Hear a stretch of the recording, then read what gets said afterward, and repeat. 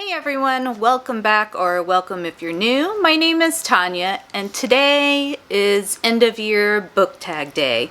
So this video is just a fun little tag video that you'll see a lot of booktube creators doing this time of year, where it's basically a recap of some of your best and some of your worst books and favorite characters, or, you know, books you thought were overhyped, that sort of thing, for the entire year. So I thought it'd be fun to make this video, and that is what we're gonna do today. So I do have the prompts down here on my phone, so if you see me looking down at any point, that is what I am doing. But let's go ahead, get cozy, sit back and relax, and chat about some books. Alright, so the first question is, what was your most disappointing book of the year? And for me, and this is probably a surprising one for a lot of people, and a lot of you may not agree with me on this one, but I picked Bury Our Bones in the Midnight Soil by V.E. Schwab. Now, that being said, this was still a 4-star read for me. I did enjoy it, but with the amount of hype and the people going on about how it was a 5-star, 6-star book for them, I just was kind of expecting a lot more from this book. If you're not familiar with Bury Our Bones, it is the tale of 3 vampires, and they're kind of from different points in history. And it's really, there's not a lot of plot to the book. It's more about humanity and morality and, you know, the choices that we make in our life. It's much more of a character book. And for me, I was missing the plot, and that's kind of why it was such a disappointment for me. I figured with how much people were raving about this book, we were going to get both things. We were going to get those amazing characters right along with the like a great plot line, and that just wasn't the case. So I ended up being a little disappointed in this one. The next was an underdog book that I enjoyed this year, and for me that was 5 Broken Blades by Maya Corland, and I do not feel like this book got anywhere near the hype that it deserved. It was such a great tale, and Maya Corland did an amazing job of just fast-paced, multi-POV. And it is a romantasy, but it still has a really good core plot, and that's what I loved about it so much. And I would love to see this book explode even more than the attention that it already has, because I just thought it was such a great series. And if you're not familiar with this series, we're basically following 5 different individuals. There is a thief, there is an exiled prince, there is a spy master, a strongman, and a poison mistress. And all of these people are kind of living their separate lives, and then they start to come together. They all get hired to do this one job where they're basically trying to take out the current emperor because he's a horrible person. And things kind of ensue from there. Like I said, it is multi-POV and very fast-paced, and I just loved every minute of it. There's a lot of political kind of plays that come during the book, and the relationships are amazing between the characters. So if you haven't picked up this trilogy, definitely do. You won't regret it. I think it deserves a lot more hype than it's getting. And next, what was an overhyped book that I read? And for me, this was A Study in Drowning by Ava Reed. And I had heard nothing but good things about this YA fantasy before I read it. And I just found it to be a lot of it was very surface level. Now, the writing, it was descriptive and kind of moody, but you just didn't get very far into, you know, the politics of the kingdom, into our character's background and things like that. And there was just points in the book where it took kind of weird turns that didn't necessarily make sense. Our female main character, she would like sometimes come off as being a little bit racist at times to the male main character, and just, you know, kind of hateful. But then they also ended up developing a relationship. So I don't know, there was parts of it that I thought were really pretty and beautifully written, but the character relations and the plot of the book, those parts of it for me, I just didn't get what all the hype was about. It's not a series that I'll be continuing with, so yeah, it just, for me it was definitely overhyped, and I don't quite get what all the fuss was about with this one. The next question is a book that surprised me, and for this one I chose The Road of Bones by Demi Winters. This was a 5-star read for me. It wasn't one I was expecting to be a 5-star, and I just really enjoyed the characters, the kind of Viking-inspired storyline, the magic system's really interesting, and there's a lot of found family in the book, and I really, really enjoyed it, way more than I thought I was going to. I'm currently reading the sequel, which is called Kingdom of Claw. If you're not familiar with Road of Bones, we're following Scylla, who is a young woman. She's kind of been sheltered a lot of her life by her father, and she knows there's things in her background that aren't necessarily good things. Her and her father have to move around a lot, and she's never really been sure why, but he always led to that it was for their safety, that they needed to kind of keep a low profile and, not stay too long in one place and stay out of the eyes of the authority. Well, they're at a point where they're going to try to move on to a new town, and this time they're moving north and trying to get to a safe house where they may be able to stay for a little while. And as they're traveling, Scylla's father ends up getting killed. She finds out the queen is after her for some reason, and she has no idea why. And, you can imagine that's a really scary experience and situation to find yourself in. So she decides she still needs to try to make it to the north, and ends up crawling into a wagon of some mercenaries and tries to stow away to the north without them, catching on. But of course they do find her in their wagon, and things kind of just progress from there. We learn more about the magic system. There's a few different types of magic that people can have. Some of it is magic of the mind, some of it is warrior magic, so you're able to burn things or run fast or fight well, things like that. And I just found the different types of magic that people could have very interesting. So great book, definitely was a big surprise for me. If you haven't checked it out, definitely give it a go. And yeah, I really liked it. And next is my favorite book couple of the year, and I have a couple.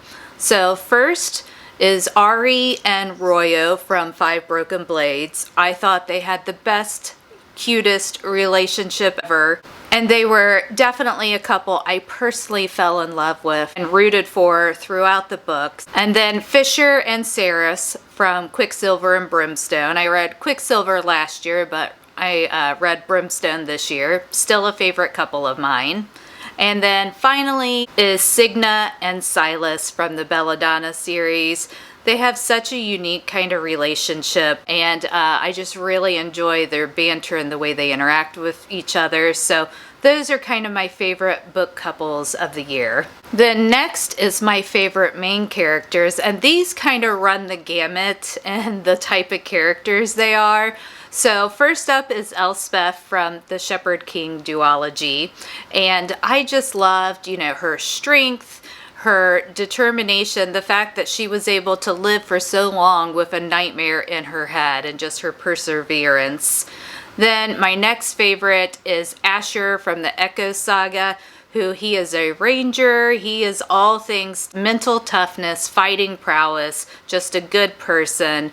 And he was one of my favorite characters throughout the series. And then finally, Ari from the Five Broken Blades. She was definitely one of my favorite main characters just for her zest for life. Even though she was a thief and grew up kind of in hard circumstances, she just had this joy about her that she spread to everyone else, and I really enjoyed that. The next up is some of my favorite secondary characters, and one of those is Bartholomew the Gargoyle from The Night and the Moth. If you've read the book, you know how endearing he is and what a great character he is. If you haven't read the book, definitely pick it up. It's a great one.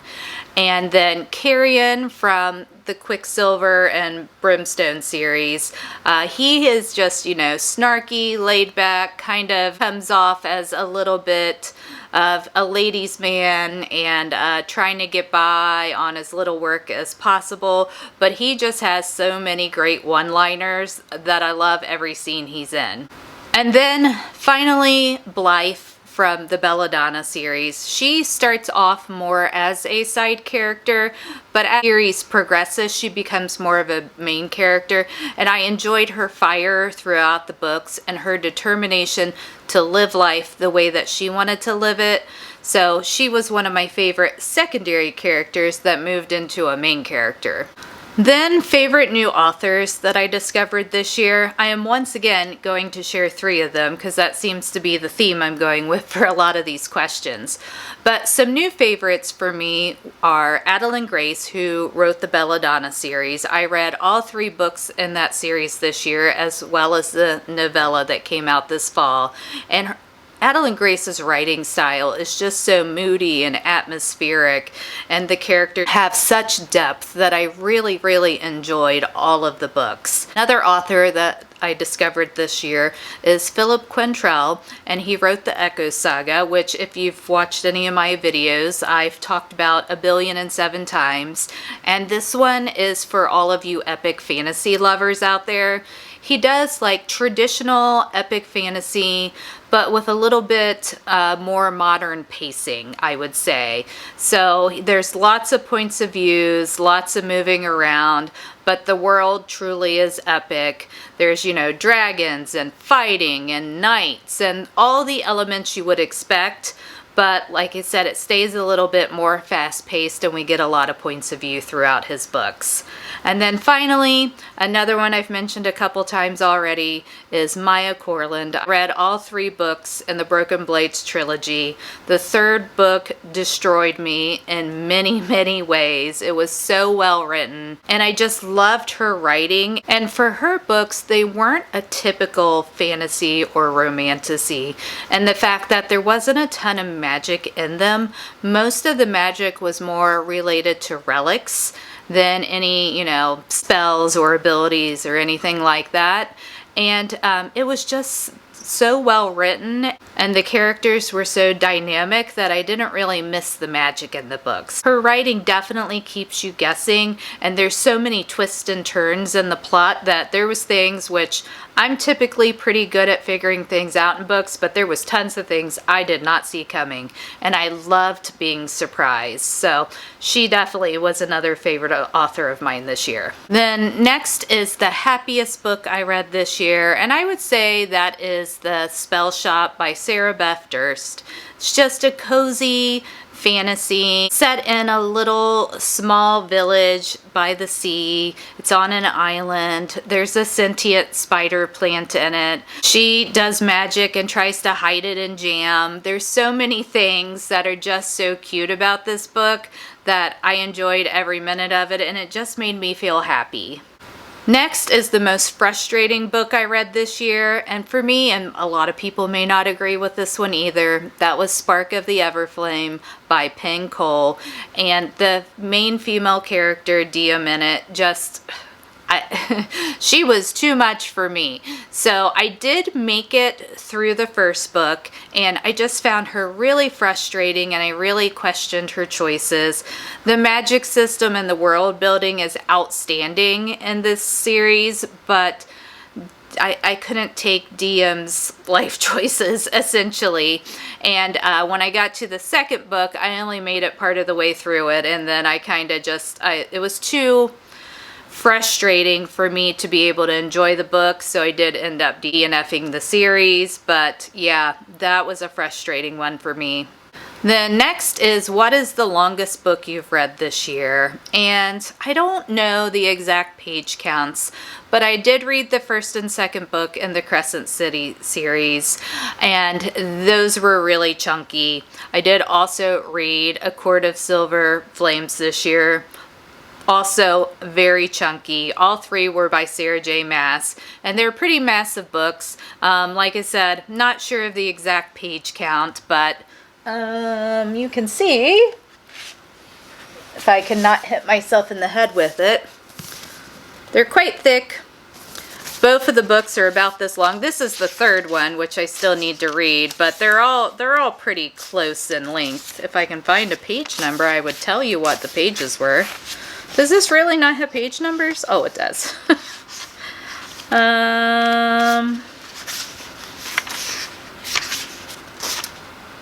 This one looks like it's 840 pages, and these two are about that long. So yeah, those are probably the longest ones I read this year.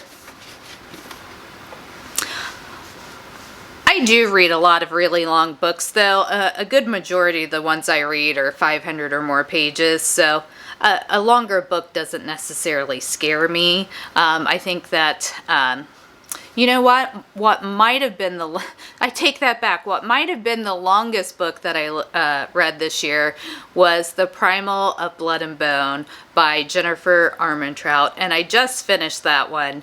And the book itself was over 1,000 pages. I did the audiobook, and it was 40 hours long. So that may indeed be the longest one, with these other three kind of being runners-up in the category. Then next is the shortest book I read this year, and I believe that would be Holly, which was the holiday novella for the Belladonna series. Now, it was still like 300 pages. I think a little bit of that was the formatting of it, but yeah, that's probably pretty close to the shortest one that I read this year. Then next is my favorite covers of the year, and I think I may have to get up. Hold, please. So I feel like anymore, lots of books have really pretty covers. Probably some of my favorites this year are these special editions of the Shepherd King duology that I got. And I think, as I've already pulled this one out, I'll do it again, because all three of the Crescent City books, they have kind of similar covers, but they're really pretty too. So those are kind of three of my favorite ones from this year. I don't feel like anymore, like, you know, books are really made with ugly covers that often. So for this one, there was kind of lots of options. Then next is a book that I haven't stopped thinking about since I read it, and that would be One Dark Window by Rachel Gillig. I read 3 of her books this year, so I read One Dark Window, Two Twisted Crowns, which those two are the Shepherd King duology, and then The Night and the Moth. And I loved all of them. They're very gothic, very atmospheric. Her writing is so good. And for One Dark Window, the way that it ended, I immediately had to pick up the second book. Wasn't on my TBR, but as soon as I got to the end of One Dark Window, I had to move on to the second book. So that is definitely a book I keep thinking about. And it's one I know I'm going to do a reread of at some point just because I enjoyed it so much. One of the most interesting things about it is Elspeth is a young girl, and basically she has had a monster living in her head for years. Sometimes the monster helps her, sometimes the monster frightens her, but she's had to deal with this kind of personality living in her mind since she was a little girl. And as you can imagine, that is a lot. And she's just really been afraid that people are going to find out that she does have this voice in her head.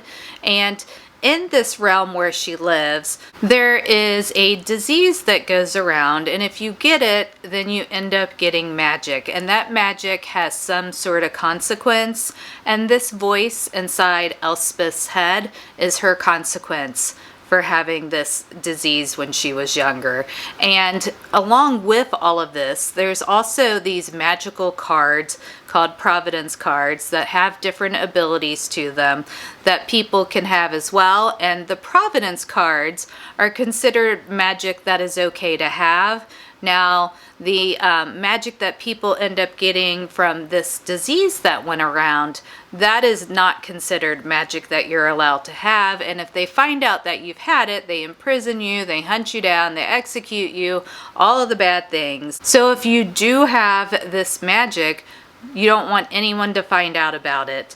So yeah, it's just a really unique magic system, and I loved everything about the book. So it's one that I know I'm going to return to time and time again. And if you haven't checked it out, definitely give it a try. You will want to devour it once you start it. Then next is my cringiest book of the year, and for that it was Trial of the Sun Queen by Nisha Tooley, which I know also a lot of people probably are going to disagree with, but oh, our female main character in that one was very Mean Girls, We Wear Pink on Wednesday kind of vibe, and it just made me cringe every time she talked, or when she talked about how beautiful the Sun King was and how she couldn't believe that, you know, he was showing her any attention. It was not for me. It was very cringy. I did not enjoy it, and I have not continued the series. Then next was an unpopular book that you loved, and I don't know. I don't think that I've read a lot of books that I feel like a lot of people hated and then I loved. Now, I did really enjoy When the Moon Hatched, and I know people either loved or hated that one. So that might be the most unpopular one, but in the end, it was still pretty popular. I don't know. I don't have a good answer for this one, and I'm going to take that as a good thing. I've enjoyed most of the books I've read this year. There's been, of course, a few that I haven't, but for this prompt, I can't think of anything off the top of my head that really stands out as a book that, you know, was unpopular that I loved. So I guess I'm gonna go with When the Moon Hatched, but I don't think it really qualifies. Now we're gonna talk about the book I rated the lowest on Goodreads and books I've rated the highest. The lowest book I rated was Spring's Descent by C.L. Breyer, and this was a Hades Persephone retelling, and I believe I gave it 2 stars. It was not good. It had the potential to be a good book, but there was such a state of almost abusive possessiveness by Hades, and then turning around and saying how much he worshipped her, but his actions didn't necessarily, when they were intimate, show that he felt that way. So I in turn rated this one really low. For my highest rated book, there's quite a few. I had a lot of good 5-star reads this year. The Shepherd King duology that I've mentioned, the Echo Saga, some of those were 5 stars for me. The Book of Azrael, I really love that one by Amber Nicole that I read this year. I just finished The Poet Empress. It doesn't come out until next year, but I got an arc of it, so I just finished that one, and it was beautifully devastating. Would highly recommend. It's probably what I would consider one of my best books that I read this year. So those are kind of some of my highlights, and then my one kind of really low one. Then next is my favorite book quote of the year, and I'm not really a quote person, so I don't have a specific quote for this, so we're just going to move on to the next prompt. And that is the book I read this year with the most unique concept. And I would say there's a couple of them that kind of stand out, one being the Crimson Moth series, just because of the way in which Rune earned blood for her spells. And if you've read the books, you know what I'm talking about. It's a romantasy series about a witch and a witch hunter, so it's enemies to lovers. And in this particular kingdom, witches used to be in power, but there was an uprising after 3 witch sisters came into the crown and were doing horrible things to people with their magic. There was an uprising. Witches basically became exiled. If you were found to be a witch, you're caught and executed. And we're following Rune, who is a witch. She plays off as being a socialite, nothing up in her head, and Gideon, who is a witch hunter. And Rune really, even though she plays off as being the socialite, she's going out at night to save witches that have been, found out by the crown, and the witch hunters are after them. So she goes out and tries to save them from being caught, and then Gideon is like the head witch hunter. So he, of course, is one of the ones hunting all the witches. And he starts to suspect Rune. And Rune wants to use Gideon. And so they kind of do this fake dating thing that turns into more. And it's just a really good series. And it's more the way that Rune is able to use her magic while she's in hiding. That kind of made it unique for me. Another unique series would be the Shepherd King duology again, and that's based on those Providence cards magic system. Very unique and not something you see all the time.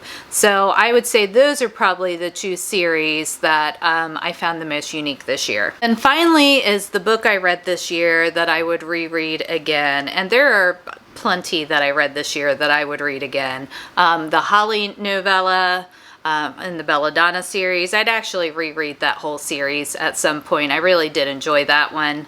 The Echoes saga, I would reread that at some point. That one would be a commitment because it is a 9-book series, but I did really enjoy it. So I'm a rereader. I like to go back and read my favorites. Is there any other ones? The Night and Moth, I would reread that one. Brimstone's another one I'd be willing to reread. So for this one, I have endless possibilities, but those are just a few. So I hope you enjoyed my book end of the year review here, and that you enjoyed getting to hang out with me for a little while. I'm going to leave the prompts down below in the description box. You just click the little more sign and that will drop the description box down for you. That way you can either leave your answers to these prompts down in the comments, or if you do make videos, you can use these prompts to make a video of your own. So thank you so much for hanging out with me today. Take care, keep reading, and I'll catch you in my next video. Bye.